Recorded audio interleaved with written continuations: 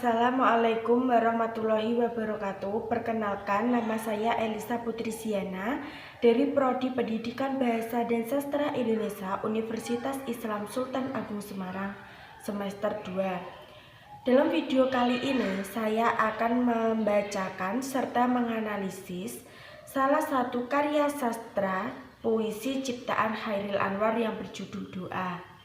Saya akan membacakannya terlebih dahulu. Doa, karya Chairil Anwar. Tuhanku, dalam termangu aku masih menyebut namamu. Biar susah, sungguh mengingat kau penuh seluruh.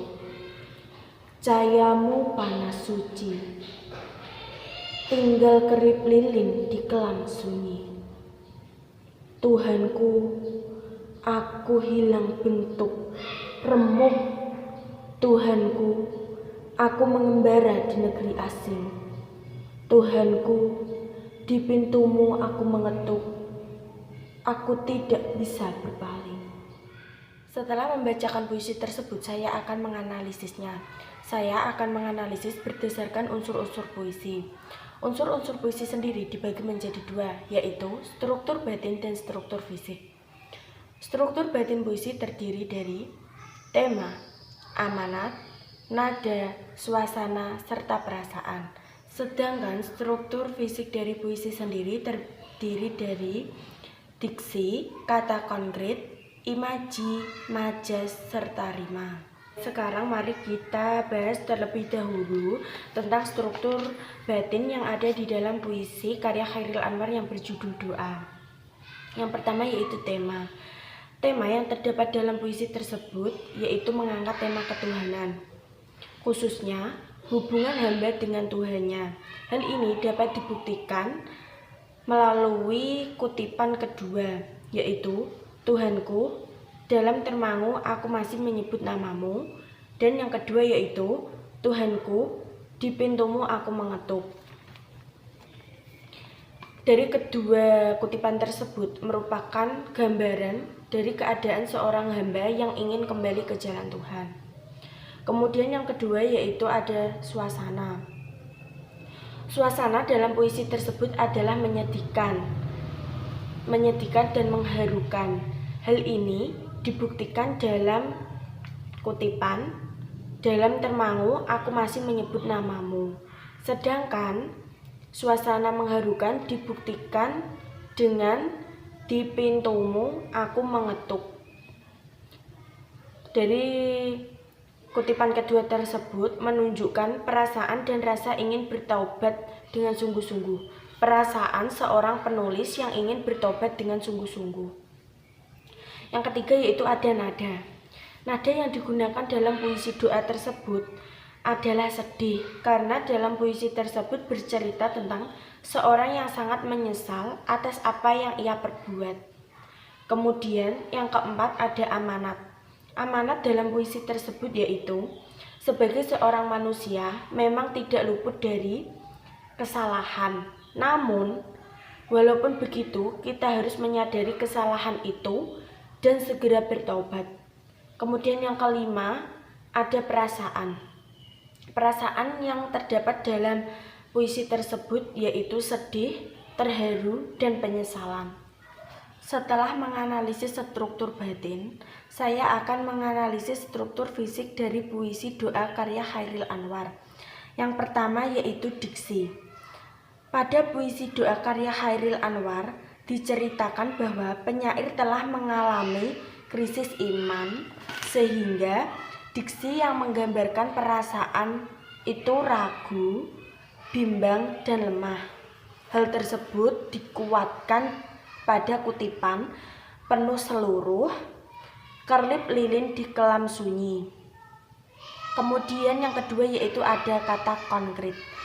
Dalam puisi tersebut terdapat beberapa kata konkret yang meliputi satu, itu ada tinggal kerlip lilin di kelam sunyi. Kata lilin disandingkan dengan kata tinggal kerlip menggambarkan petunjuk dalam kehidupan yang hanya tinggal sececah dalam kesesatan. Kemudian kesesatan di sini itu digambarkan dalam kalimat kelam sunyi. Lalu pada kalimat puisi di pintumu aku mengetuk, kata aku mengetuk itu menggambarkan keadaan yang ingin kembali. Jadi dalam kutipan tersebut penulis sadar dengan krisis iman yang tengah dia alami dan ia ingin kembali di jalannya atau kembali di jalan yang benar. Kemudian yang ketiga ada imaji. Di sini ada imaji penglihatan. Imaji penglihatan itu terdapat pada kalimat tinggal kerlip lilin di kelam sunyi. Dengan pengkajian tersebut, penyair mengajak pembaca melihat seberkas cahaya kecil walaupun hanya dalam perumpamaan. Kemudian ada Tuhanku, aku hilang bentuk remuk. Pada kalimat ini menggunakan pencitraan visual yang melukiskan kedekatan antara penyair dengan Tuhannya. Kemudian yang ketiga itu dalam kalimat Tuhanku, di pintumu aku mengetuk, aku tidak bisa berpaling. Pemanfaatan pencitraan dalam puisi tersebut mampu menghidupkan imaji pembaca dalam merasakan apa yang dirasakan penyair.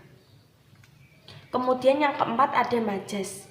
Di sini dalam puisi ini majas yang digunakan yaitu ada dua majas, yaitu majas metafora dan majas hiperbola.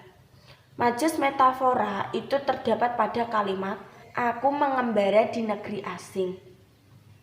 Alasannya yaitu karena membandingkan keseriusannya dan kekusukannya dalam berdoa dengan mengembaranya ke negeri asing.